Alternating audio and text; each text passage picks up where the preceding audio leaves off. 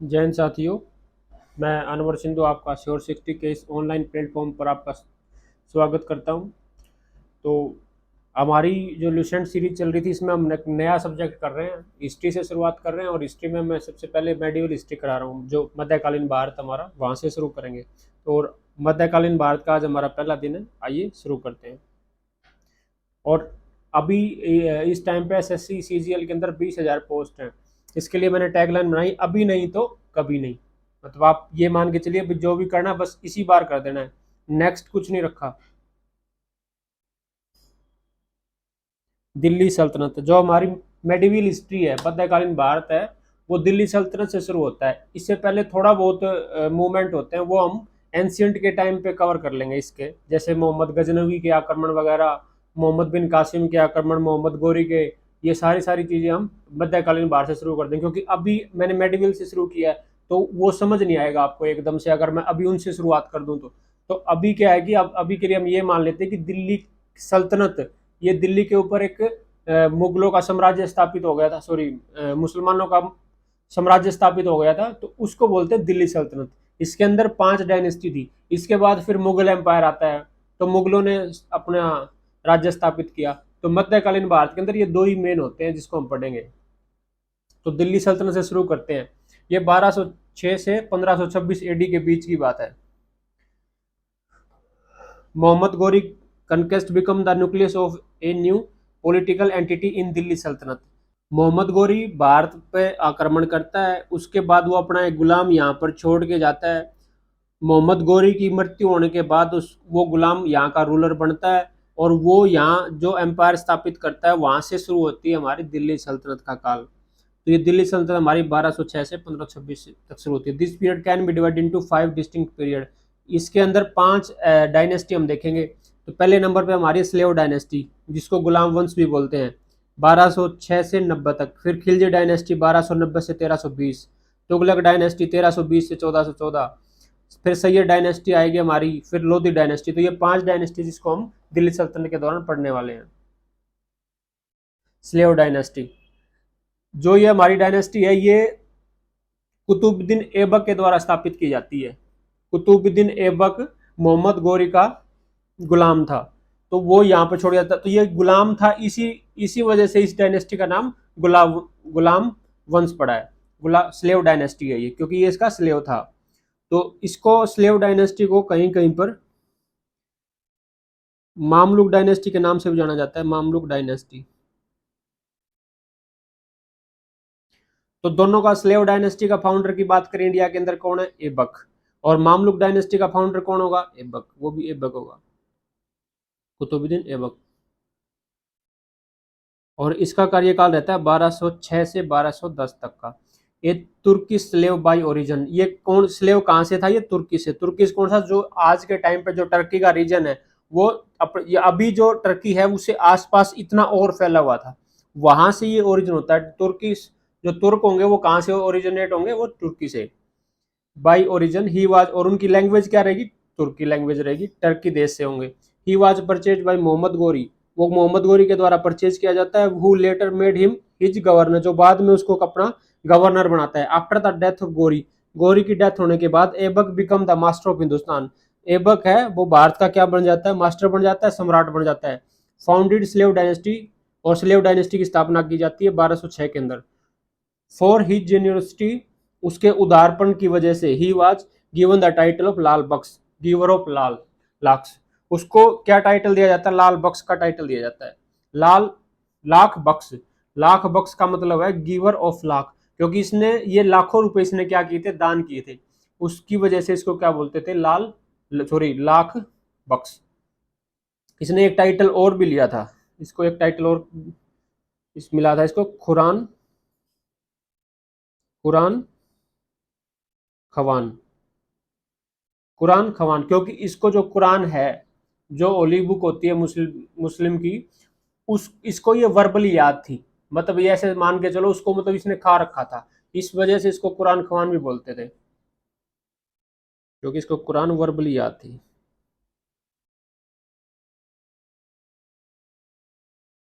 He died in, ये 1210 के अंदर इसकी मृत्यु हो जाती है वाइल प्लेइंग चौगान या पोलो। उस टाइम पे चौगान बोलते थे, आज के टाइम पे हमारे मॉडर्न नेम है जो वो पोलो है। तो पोलो या चौगान खेलते हुए इसकी डेथ हो जाती है, ये घोड़े पे से पड़ जाता है और इसकी मृत्यु हो जाती है। ही कंस्ट्रक्टेड टू मॉस्क, इसने 2 मस्जिद बनवाई है। कुवात उल इस्लाम एट दिल्ली, दिल्ली के अंदर इसने मस्जिद बनाई कुवात उल इस्लाम, ये इंडिया के अंदर बनने वाली पहली मस्जिद है, first mosque in India, India के अंदर ये सबसे पहली मस्जिद है। क्योंकि इससे पहले जो भी मुसलमान इंडिया के अंदर आए थे वो या तो उन्होंने अटैक किया, लूट के ले गए, वापस चले गए, लेकिन ये जब आए तो इन्होंने यहाँ क्या किया, सेटलमेंट किया, यहाँ पर इन्होंने रहना शुरू कर दिया। तो उस हिसाब से इन्होंने मस्जिद बनवाई और भी काफी काम किए। तो मस्जिद बनवाने का काम सबसे पहले कुतुबुद्दीन ऐबक के द्वारा किया जाता है दिल्ली के अंदर। 2.5 दिन का झोपड़ा, और 2.5 दिन का झोपड़ा ये काम बनाया इसने अजमेर के अंदर बनाया। He also began the construction of Qutub Minar in the honor of famous सूफी संत ख्वाजा कुतुबुद्दीन बख्तियार काकी। एक सूफी संत थे, सूफी संत थे ख्वाजा कुतुबुद्दीन बख्तियार काकी, उसकी याद में इन्होंने कुतुब मीनार की कंस्ट्रक्शन शुरू की। लेकिन जब उसकी कंस्ट्रक्शन हो रही होती है उस टाइम पे इनकी क्या हो जाती है, डेथ हो जाती है, तो ये कंप्लीट नहीं करा पाते हैं। तो ये कंप्लीट कराने का काम इसके बाद जो रूलर बनता है वो कराता है, जिसका नाम इल्तुतमिश है। तो ये इनकी याद में बनाया जाता है। किसके द्वारा शुरू किया जाता है, कुतुबुद्दीन ऐबक के द्वारा। तो कुतुब मीनार ये जो है ये इनके खुद के नाम से नहीं था। कई बार ये कंफ्यूज हो जाते हैं कि कुतुब है, इसके भी नाम क्या है, कुतुब है तो हो सकता है अपने लिए इसने बनवाया, नहीं, ये इनका एक सूफी संत है ख्वाजा कुतुबुद्दीन बख्तियार काकी, उनकी याद में बनवाते हैं। इनके ये मतलब फॉलोवर थे।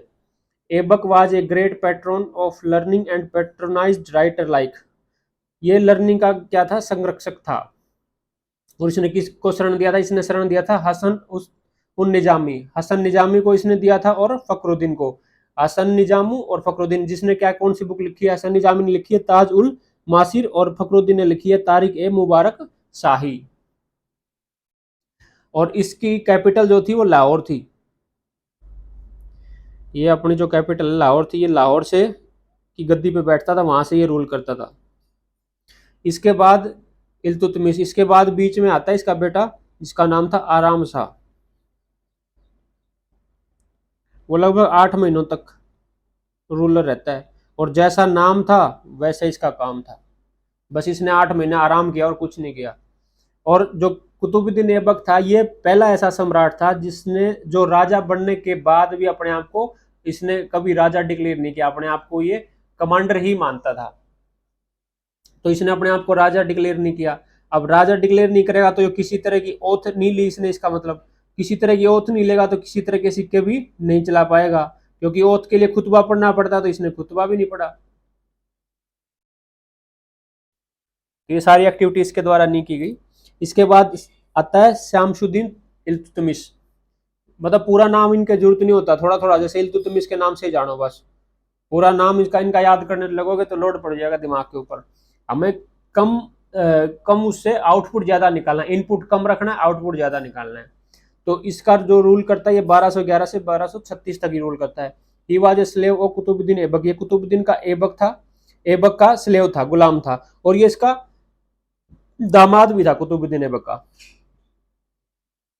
And occupied the throne of Delhi, 1211 के अंदर दिल्ली की गद्दी पर बैठता है। आफ्टर डिपोजिंग आराम बख्श या आराम शाह, उसको हटा के।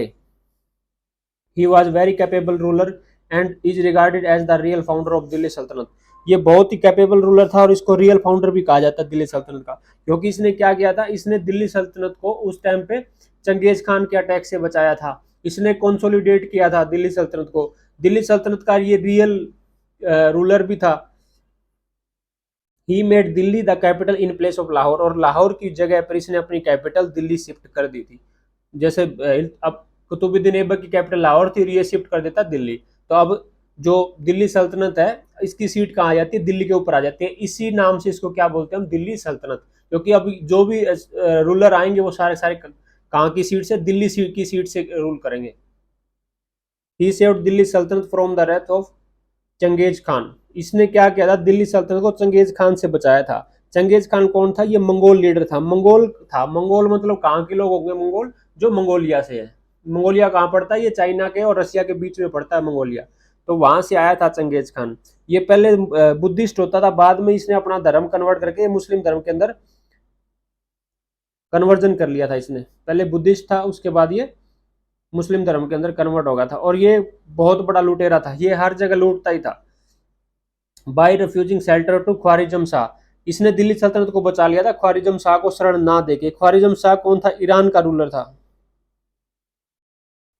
ये चंगेज खान उसके पीछे पड़ा था और वो भारत की तरफ आता है, उसको शरण मांगता है भारत से, और भारत में इल्तुतमिश उसको शरण देने से मना कर देता है। और इसके उस पर खुश होकर चंगेज खान भारत के ऊपर अटैक नहीं करता है, क्योंकि अगर ये इसको शरण दे देता तो चंगेज खान फिर भारत के ऊपर अटैक करता। ही इंट्रोड्यूस द सिल्वर कॉइन टंका एंड कॉपर कॉइन जितल। इसने क्या चलाया, इसने सिल्वर का सिक्का चलाया जिसको बोलते हैं टंका, और कॉपर का चलाया जिसको बोलते हैं कोजी, सीता कोजी। सिल्वर का टंका और कॉपर का जितल, सीता कोजी। अब सिक्के चलाए, ये फर्स्ट लीगल सुल्तान भी कह सकते हैं इसको, फर्स्ट, ये फाउंडर, रियल फाउंडर तो था ही, first legal sultan of Delhi सल्तनत। ये दिल्ली सल्तनत का पहला लीगल सुल्तान था। क्यों, क्योंकि इसके लिए इसने जब ये रूलर बना तो इसने शपथ भी ली है, इसने खुतबा पढ़ा है।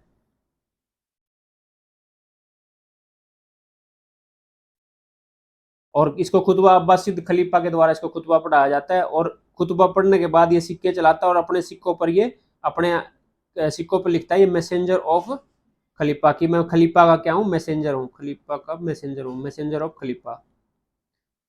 तो ऐसे पूछ लेते हैं कि मैसेंजर ऑफ खलीफा किस मतलब सुल्तान के सिक्कों पर लिखा हुआ था, तो ये इल्तुतमिश के सिक्के थे जिसके ऊपर लिखा हुआ था। और रियल फाउंडर इसको क्यों कहा गया, क्योंकि इसने चंगेज खान से बचाया।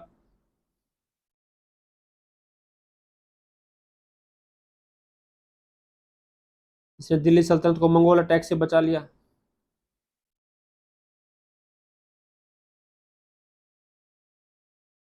एक इसने इक्ता सिस्टम शुरू किया था। इक्ता एक एक यूनिट होती थी जमीन की, एक डिस्ट्रिक्ट समझ सकते हैं आज के हिसाब से, डिस्ट्रिक्ट लेवल की एक यूनिट होती थी, उसके उसको ये अलॉट करता था इक्तेदार को, उसका हेड बना के उसको अलॉट कर देता था इक्ता सिस्टम, इक्ता सिस्टम के तहत। और एक दल चालीसा, ये एक इसने एक मंत्री परिषद बनाई, जैसे आज हमारे मिनिस्टर्स बनते हैं काउंसिल ऑफ मिनिस्टर, इस तरह की, जिसके अंदर 40 वो सरदार होते थे। जो सरदार का मतलब यहाँ उससे नहीं है जो आज के टाइम पे जिसको हम सरदार बोलते हैं, सरदार का मतलब होता है ये इनके मंत्री होते थे, दल चालीसा। ये दो स्टेप इसने उठाए दिल्ली सल्तनत को कंसोलिडेट करने के लिए।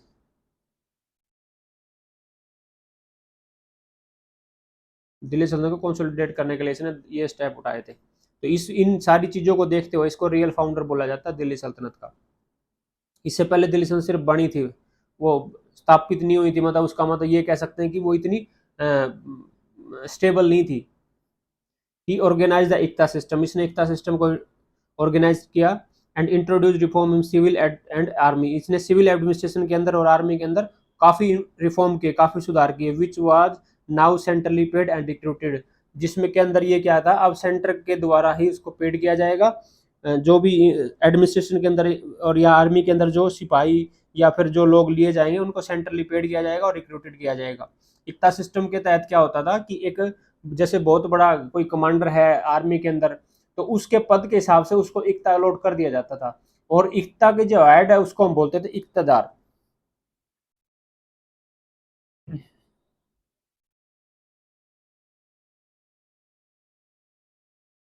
इक्ता के हेड को इक्तदार कहा जाता था।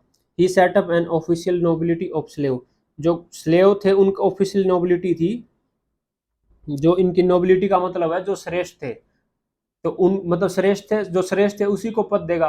तो ये एक तरह से मंत्री परिषद बनाई गई थी जिसको बोलता था ये चहलगानी चालीसा, चहलगानी या चालीसा। इसका पूरा नाम तुर्कान ए चाहलगान था, तुर्कान ए चाहलगान,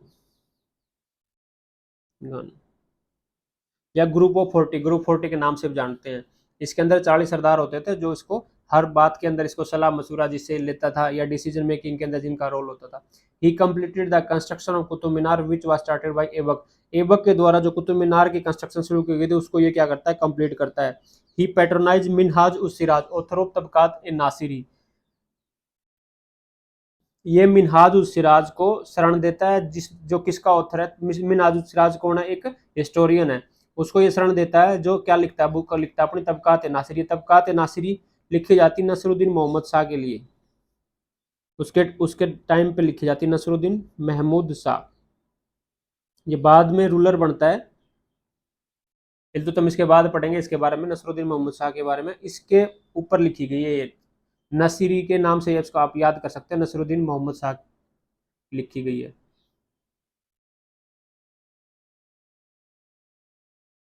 और फर्स्ट टाइम पे जो मंगोल का जो अपीयर हुए थे ये इसी के टाइम पे होते हैं मंगोल लेकिन अटैक नहीं होता है, मंगोल अटैक बाद में होता है।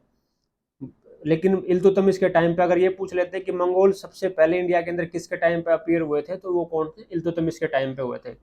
और ये थर्ड बैटल ऑफ तराइन का भी कभी पूछ रहे हैं, थर्ड बैटल ऑफ तराइन इसके टाइम पे होता है, थर्ड बैटल ऑफ तराइन। इससे पहले तराइन के दो युद्ध हो चुके हैं जो पृथ्वीराज चौहान और मोहम्मद गोरी के बीच होते हैं दो, जिसके अंदर जो पहला युद्ध था उसके अंदर पृथ्वीराज विजयी होता है, दूसरे युद्ध के अंदर मोहम्मद गोरी विजयी होता है। और जो सेकंड बैटल है तराइन का, वही यहाँ पर मुसलमानों की गद्दी इंडिया के अंदर स्थापित करता है। अगर वो उस युद्ध के अंदर मोहम्मद गोरी विजय नहीं होता तो उस टाइम पे मुस्लिम जो थे वो मुस्लिम एम्पायर यहाँ पर स्थापित नहीं होता। तो अब third battle of Tarain Iltutmish के टाइम पे होता है जी, जो इसमें ये एक तरफ इल्तुतमिश होता है और दूसरी तरफ होता है यलदोज। अब ये यलदोज के ऊपर अटैक करता है लाहौर को लेने के लिए और इसको हरा के लाहौर को ले लेता है। यलदोज सिंध का रूलर था, रूलर ऑफ सिंध। ये सिंध प्रांत का रूलर था जो आज के टाइम पे कहाँ पड़ता है, पाकिस्तान के अंदर। सिंध प्रांत का रूलर था यलदोज।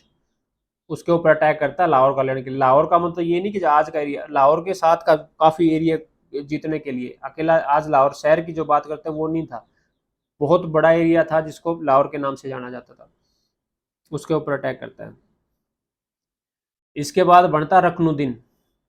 ही was the son of Iltutmish, ये इल्तुतमिश का बेटा होता है। And was crowned by her mother, उसकी माँ के द्वारा उसको राजा बना दिया जिसका नाम था Shah Turkan. After the death of Iltutmish, Iltutmish की डेथ के बाद इसको बनाया जाता है रकनुद्दीन को शाह तुर्कान। शाह तुर्कान इसकी माँ थी जो एक डांसर थी,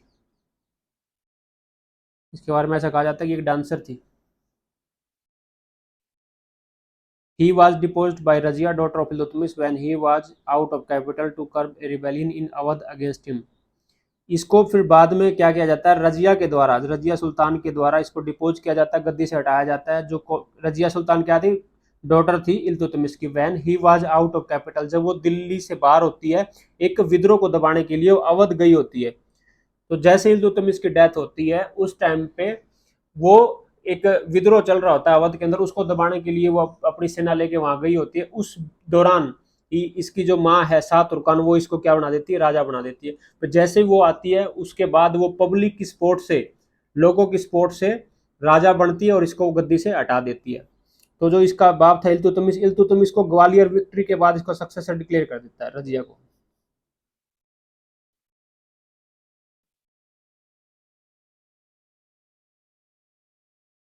ग्वालियर विक्ट्री के बाद अपना सक्सेसर डिक्लेयर कर देता है रजिया को इल्तुतमिश।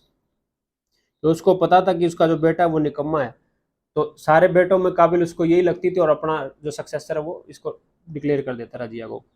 तो फिर रजिया सुल्तान बनती है 1236 से 1240 तक। ये 4 साल ही रह पाई सिर्फ रजिया सुल्तान, तो बहुत जल्दी इसकी डेथ हो जाती है। तो Iltutmish had nominated his daughter Razia as successor. Iltutmish ने किसको नॉमिनेट किया था, रजिया को। कब, ग्वालियर विक्ट्री के बाद। The nobles placed Ruknuddin Firoz on the throne, जो नोबल्स होते हैं दरबार के अंदर वो रकनुद्दीन फिरोज को गद्दी पे बैठा देते हैं। However Razia got rid of Ruknuddin and ascended the throne, ये उससे क्या कर लेती है, छुटकारा पा लेती है और गद्दी के ऊपर विराजमान हो जाती है। She was the first and only Muslim lady who ever ruled India, India के ऊपर रूलर बनने वाली आखिरी और अकेली पहली और अकेली मुस्लिम लेडी थी इंडिया के ऊपर रूल करने वाली। इससे पहले किसी भी मुस्लिम लेडी ने इंडिया के ऊपर रूल नहीं किया था। और यही बात हजम नहीं हो रही थी नोबल्स को कि औरत रूल करेगी हमारे ऊपर। तो ये पहले दिन से इसके खिलाफ थे सारे के सारे नोबल्स, जितनी मंत्री परिषद थी, जो ग्रुप 40 था, दल चालीसा जो था, वो सारा सारा इसके खिलाफ होता था। उसके बाद ये उससे उम्मीद भी करते थे कि ये दरबार में नहीं आएगी, ये पर्दा सिस्टम को रखेगी। इसने ना फिर पर्दा सिस्टम रखा, उससे और उनकी सियान के खिलाफ चलेगी वो बात। फिर ये दरबार में भी आने लगी, जिसके लिए इनको झुकना पड़ता था, सलाम करना पड़ता था। तो ये बात उससे बर्दाश्त होती, तो उन्होंने कहीं कहीं पर हर पहले दिन से आखिरी दिन तक इसके खिलाफ साजिश रचते रहे और लास्ट में सक्सेस भी हो जाते हैं और इसको मोती घाट उतरवा देते हैं। She was popular among people, लोगों के अंदर वो बहुत पॉपुलर थी, but was not acceptable to nobles, लेकिन नोबलों को एक्सेप्टेबल नहीं थी। एंड थियोलॉजिशियंस, और थियोलॉजिशियंस होते हैं तो धार्मिक गुरु होते हैं, जो रिलीजियस टीचर होते हैं, जो धर्म का ज्ञान देते हैं, जो धार्मिक कर्म कांड करवाते हैं, रिलीजियस टीचर्स, उनके ये एक्सेप्टेबल नहीं थी। She further offended the nobles by her preference for an Abyssinian slave, एक अबाइसियन स्लेव था याकूत, ये निग्रो था, एक अबसी था निग्रो। इसको रजिया क्या करती है, अपने बाप को बोल के इसको एक पोस्ट क्रिएट करा देती है, इसके लिए एक अलग से डिपार्टमेंट क्रिएट किया जाता है इसके लिए, आमिर ए अखुर। ये होता है घोड़ों का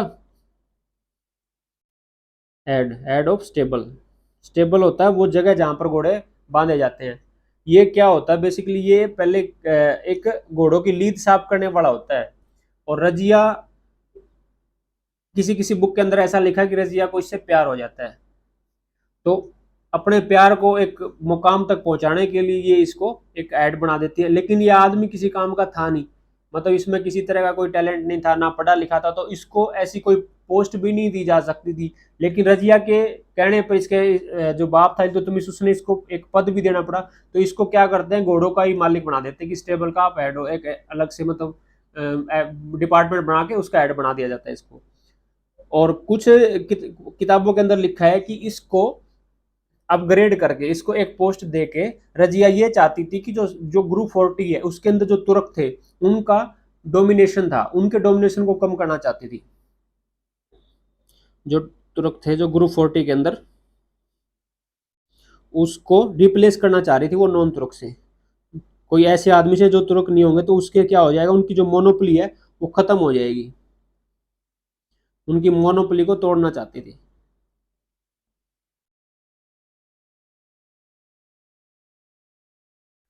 सून आफ्टर हर सक्सेशन, उसके राज्याभिषेक होने के बाद, the governor of Multan Badaun Hansi Lahore openly revolted against her, उसके खिलाफ क्या कर देते, रिवोल्ट कर देते, क्योंकि किसी को भी औरत की गुलामी पसंद नहीं आ रही थी। उनको ये बात बर्दाश्त नहीं हो रही थी कि हमारी जो हेड है वो एक औरत है।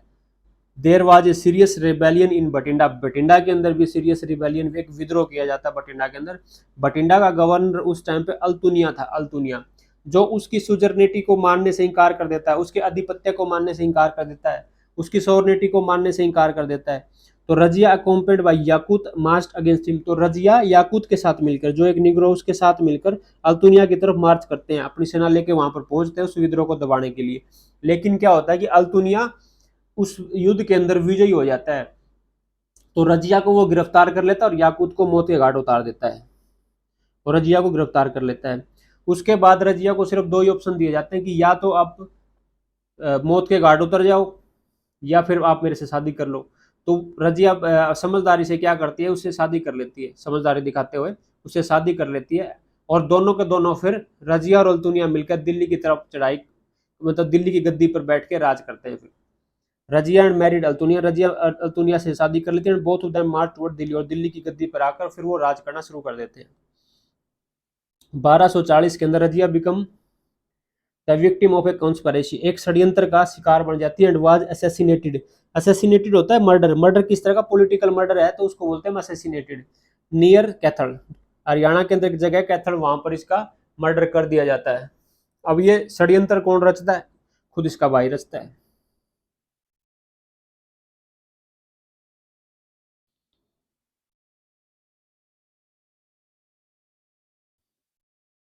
जिसका नाम है बहरम शाह।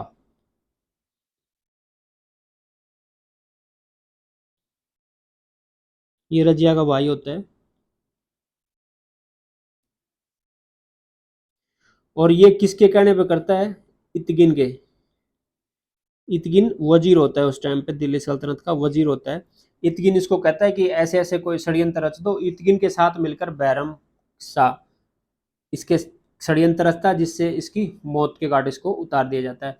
अब ये क्या करता है, ये इसको इतगिन को प्रॉमिस करता है कि आपको एक ऐसी गद्दी दी जाएगी, अगर अगर ऐसा आप षड्यंत्र से मेरे को अगर राज मिलता है तो आपको भी मेरे इक्विवेलेंट मान लिया जाएगा। आपको एक ऐसी गद्दी पे बैठा दिया जाएगा जो लगभग मेरे इक्विवेलेंट होगी। आप राजा तो नहीं बन पाओगे, लेकिन राजा के इक्विवेलेंट होगे। तो ये इसके लिए एक नई पोस्ट क्रिएट भी करता है, जिसको बोलते हैं हम नायब ए मुमालिकात। एक पोस्ट क्रिएट कर देता है जो मतलब प्राइम मिनिस्टर कह सकते हैं, या फिर इसके इक्विवेलेंट थी, जो राजा की इक्विवेलेंट थी, इतगिन को प्रोवाइड करता है वो। अब जो मिनहाजुल सिराज इल्तुतमिश था, इल्तुतमिश ने जिसको शरण दी थी, मिनहाज और सिराज जिसने पेट्रोनाइज किया था, इल्तुतमिश के द्वारा पेट्रोनाइज किया जाता है, जो इतिहासकार है वो रजिया के बारे में लिखता है कि ये जो बेस्ट दिल्ली सल्तनत के बेस्ट एम्पररों की इसके अंदर सारी क्वालिटी थी, सारी एबिलिटीज थी, सारी कैपेबिलिटी थी। बस इसके अंदर सिर्फ एक ही फॉल्ट था कि ये एक औरत थी। इसके अंदर ये इतनी मतलब हर चीज के अंदर ये एक्सपर्ट थी, तलवार चलाने में, युद्ध में, डिप्लोमेसी इसकी बहुत जबरदस्त थी। तो लेकिन इसके अंदर बस एक ही फॉल्ट हो गया कि ये औरत थी। बस ये बात किसी को हजम नहीं हुई और इसको पहले दिन से ऐसे रखा कि इसको जैसे तैसे करके मौत के घाट उतारो। ये इसके बारे में लिखते हैं, he had all the abilities and capabilities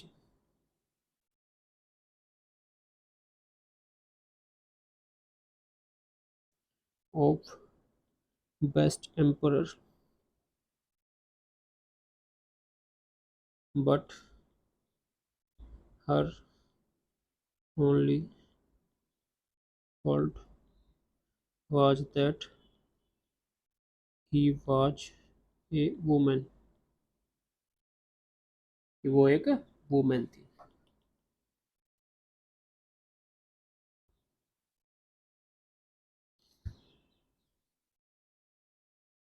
तो इसके बाद जो बैरम शाह इसके खिलाफ षड्यंत्र रचता है, फिर वो गद्दी पर बैठता है। After Razia Iltutmish third son, Iltutmish का तीसरा बेटा था ये Bairam Shah, was put on the throne by powerful Turkish council Chalisa. जो दल चालीसा थे उसके द्वारा इसको गद्दी के ऊपर बैठाया जाता है बैरम शाह को। ही वाज कंसिडर ओनली एच डी ज्यूरी रूलर वाइल नाइब ए मुमालिकात वाज डी फैक्टो रूलर। ये सिर्फ कैसा कंसिडर ये रूल करता है, ये डी ज्यूरे रूलर की तरह रूल करता है। जबकि जो डी फैक्टो रूलर, जो वास्तविक रूलर है, वो कौन होता है? नायब ए मुमालिकात। और नायब ए मुमालिकात ये जो पद है, इसके पहले बैठने वाला पहला पर्सन कौन होता है? इतगिन।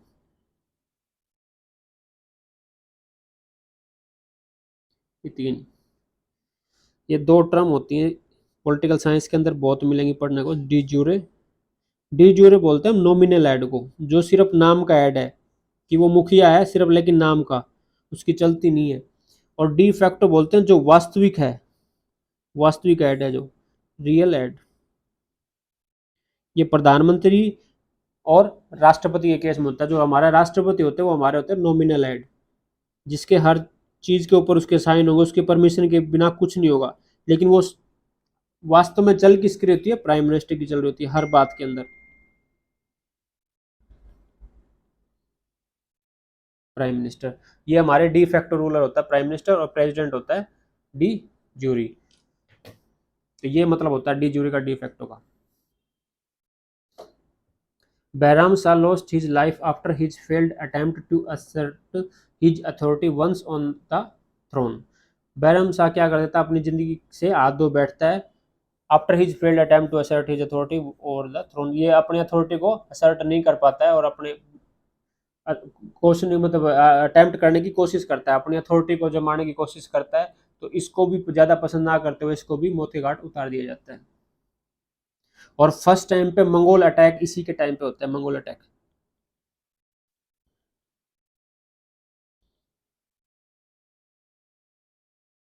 और मंगोल सबसे पहले अपीयर किसके टाइम पे होते हैं, इल्तुतमिश के टाइम पे, लेकिन अटैक इसके टाइम पे किया जाता है मंगोलों के द्वारा।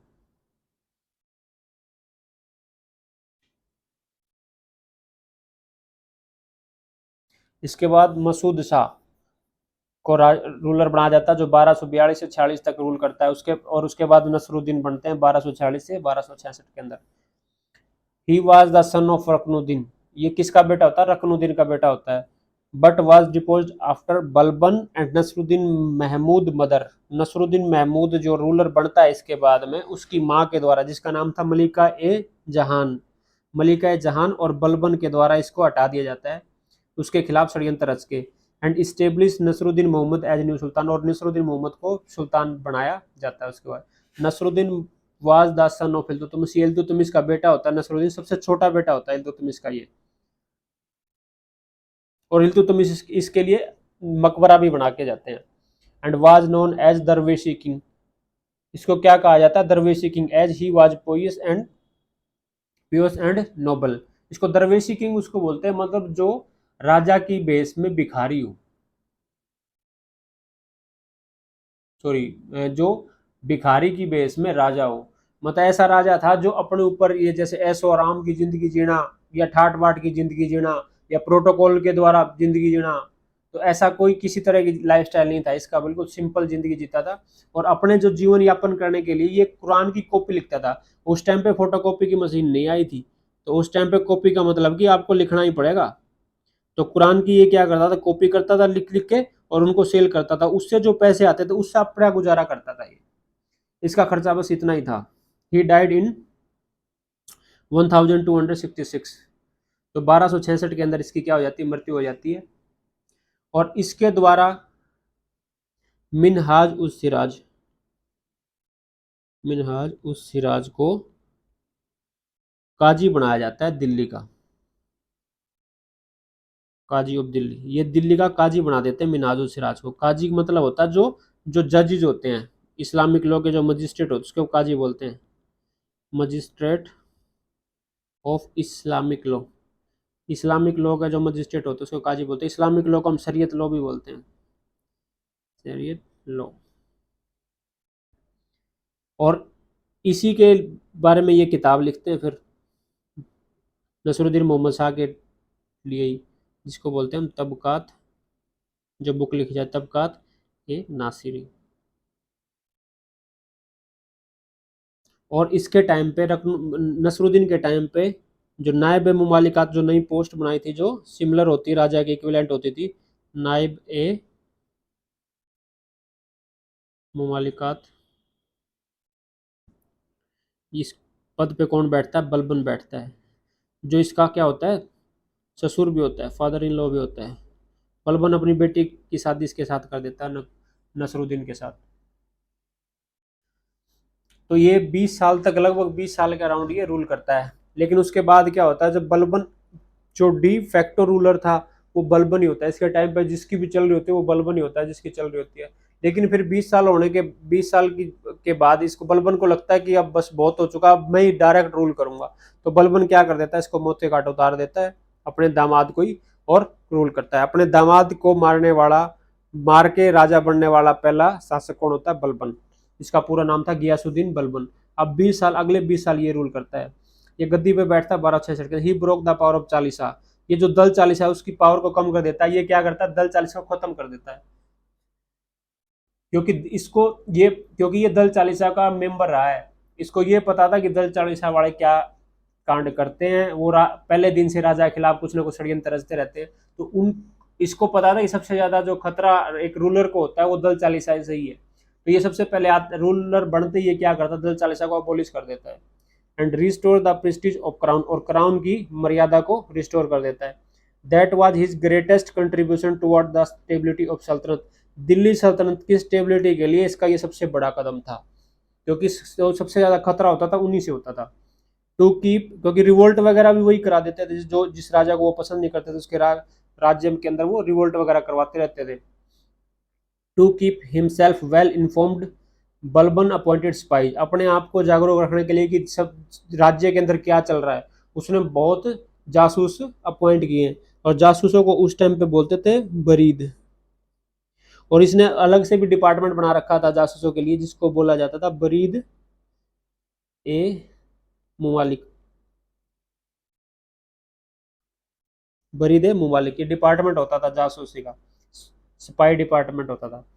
He created a strong centralized army to deal with internal disturbances, internal जो आंतरिक विद्रोह थे जो, उनको दबाने के लिए इसने सेंट्रलाइज एक स्ट्रॉन्ग सेंट्रलाइज आर्मी की शुरुआत की। एंड टू चेक मंगोल्स, और मंगोल को भी रोकने के लिए। Who was posing a serious threat to Delhi Saltanat, जो दिल्ली सल्तनत के ऊपर एक खतरे की तरह मंडराते रहते थे।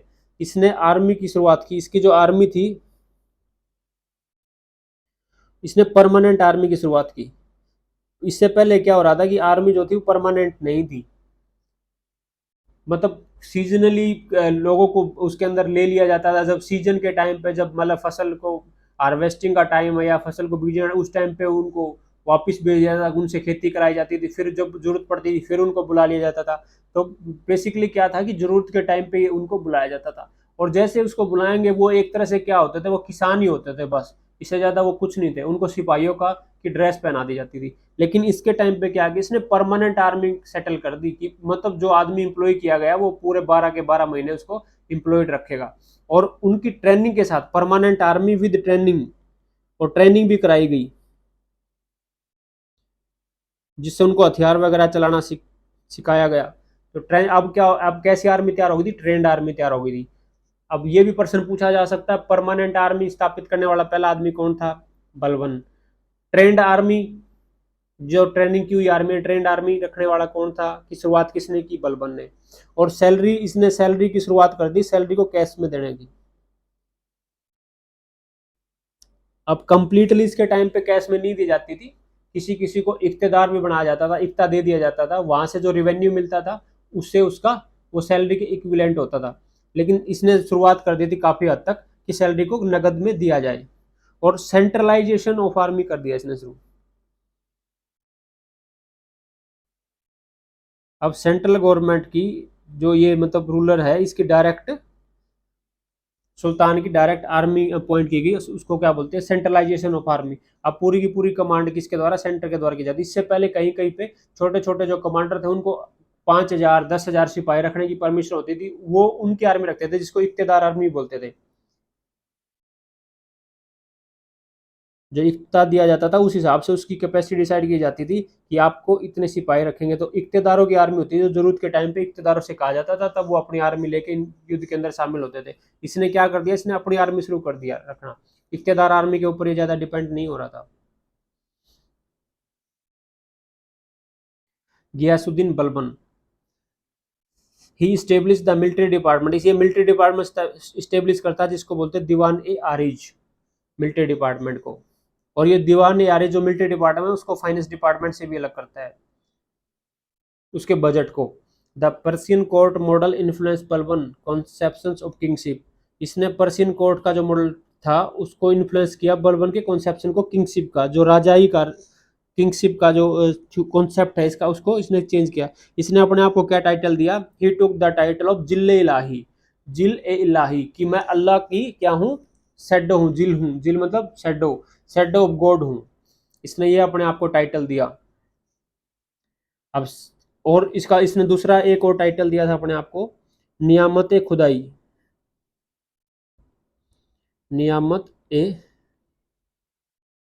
खुदाई, मतलब नियामत ए खुदाई का मतलब होता है गिफ्ट ऑफ गॉड, कि मैं आपके लिए, ये प्रजा को कहता था कि मैं आपके लिए भगवान के द्वारा भेजा हुआ गिफ्ट हूँ। मतलब अपनी किंगशिप की थ्योरी को देने के लिए इसने ये अपने आप को किया। जिले लाई का मतलब भगवान की परछाई। अब भगवान की परछाई है, तो कोई ऐसा आदमी हो सकता है जो भगवान की परछाई के ऊपर पैर रख सकता है? नहीं रख सकता ना। तो जैसे ही कोई आदमी, अगर कोई आदमी इसके सामने खड़ा हो जाता था और गलती से सूरज इसके पीछे और उसकी परछाई उसके ऊपर पड़ जाए और उस आदमी के पैर रखे जाए, तो उसको क्या कर लेता, उसकी गर्दन उतार लेता था ये, है ना। तो इसकी परछाई से ही सबको डर लगने लग जाएगा कि कहीं गलती से पैर ना आ जाए इसके ऊपर। तो लोग क्या कर जाते थे, पहले ही झुक के इसके वो कर देते थे, तो इसने ये सिस्टम भी इंट्रोड्यूस कर दिया था। ही इंट्रोड्यूस सिजदा, इसने सिजदा कर दिया, प्रोस्टेशन बिफोर मोनार्क, पाबोस, जो मोनार्क है, जो रूलर है, उसके पैरों को चूमना, as the normal form of salvation, normal form, जो इसके सम्मान के अंदर ये दो चीजें इसने इंट्रोड्यूस कर दी, कि लोगों को कहा कि आप सिजदा और प्रपोज करोगे। अगर ये ना भी कहता तो भी ऐसा होने वाला ही था, क्योंकि इसने अपने आप को जिले लाई कह दिया था, और गलती से पैर आने का डर रहता था लोगों को कि गलती से पैर न रखा जाए इसके उस पर, तो लोग पहले ही झुक जाते थे। इसने एक नई चीज और शुरू की थी, नवरोज। नवरोज होता है ईरानियन न्यू ईयर, ईरान वाले जो नया साल अपना मनाते हैं उसको बोलते हैं ईरानियन न्यू ईयर। और ये तीनों के तीनों उस टाइम पे इस्लाम के अंदर मनाही थे, प्रोहिबिटेड थे तीनों के तीनों, सिजदा, पबोस और नवरोज, लेकिन इसने फिर भी शुरू कर दिए थे। ही डिस्ट्रॉयड द मेवाती राजपूत ब्रिग ब्रिगनेड्स इन दोआब, दोआब के अंदर जो यमुना और गंगा नदी का जो दोआब है उसके अंदर जो मेवाती राजपूत थे उनकी गैंग थी लुटेरे, ये होते लुटेरों की गैंग, जो लुटेरे थे उसको इसने क्या किया, कंप्लीटली डिस्ट्रॉय किया, क्योंकि वो क्या करते थे, लोगों को लूटते थे। Where forest were cut and fort built, जहां पर क्या कि वो जंगलों में छुप के करते थे, गुरिल्ला वारफेयर के तहत वो लूटते थे, तो वहां के जंगल साफ कर दिए इसने, कटवा दिए गए, वहां पर किले बनाए गए, जिससे उनके ऊपर पूरी तरह से कंट्रोल किया गया उनको। In his last days he overlooked the sultanate affair due to the death of his eldest and most loving son Mohammad.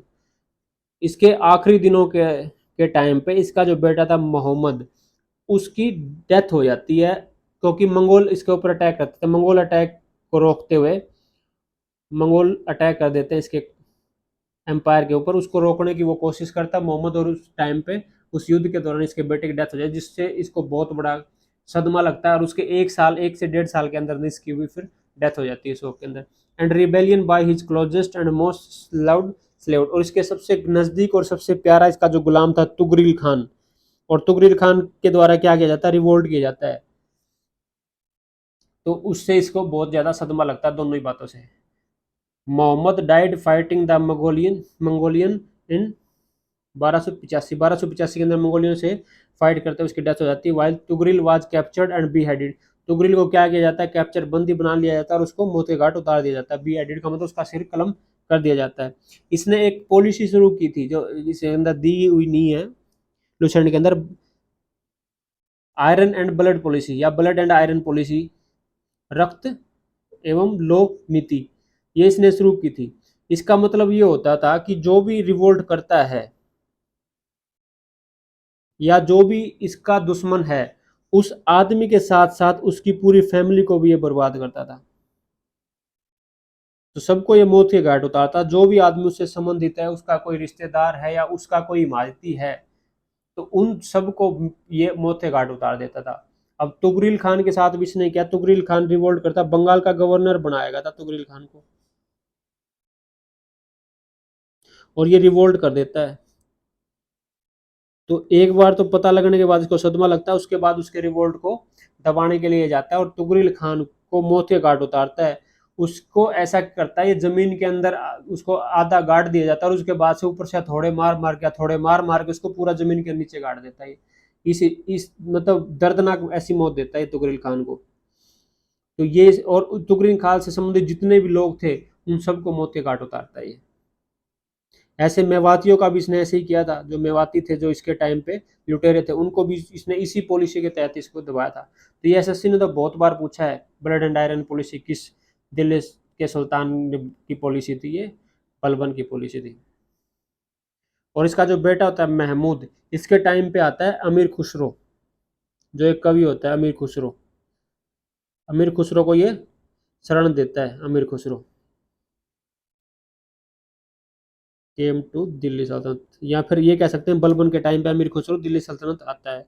लेकिन अमीर खुसरो इसका कोर्ट पोइट नहीं होता है, कोर्ट पोइट ही होता है, दरबारी कवि होता है अलाउद्दीन खिलजी का। इसके बाद में खिलजी डायनेस्टी इस्टेब्लिश होती है, स्लेव डायनेस्टी के बाद उसका एक रूलर होता है अलाउद्दीन खिलजी, उसका कोर्ट पोइट बनता है, ये दरबारी कवि बनता है अलाउद्दीन खिलजी का।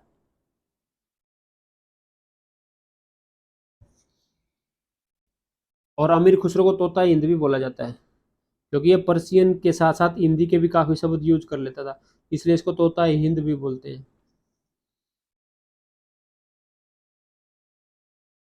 उसके बाद आता है इनका आखिरी ruler Kaiqubad, a grandson of Balban, जो बलबन का ग्रैंडसन होता है, पोता, was seated on the throne by फरुकुद्दीन।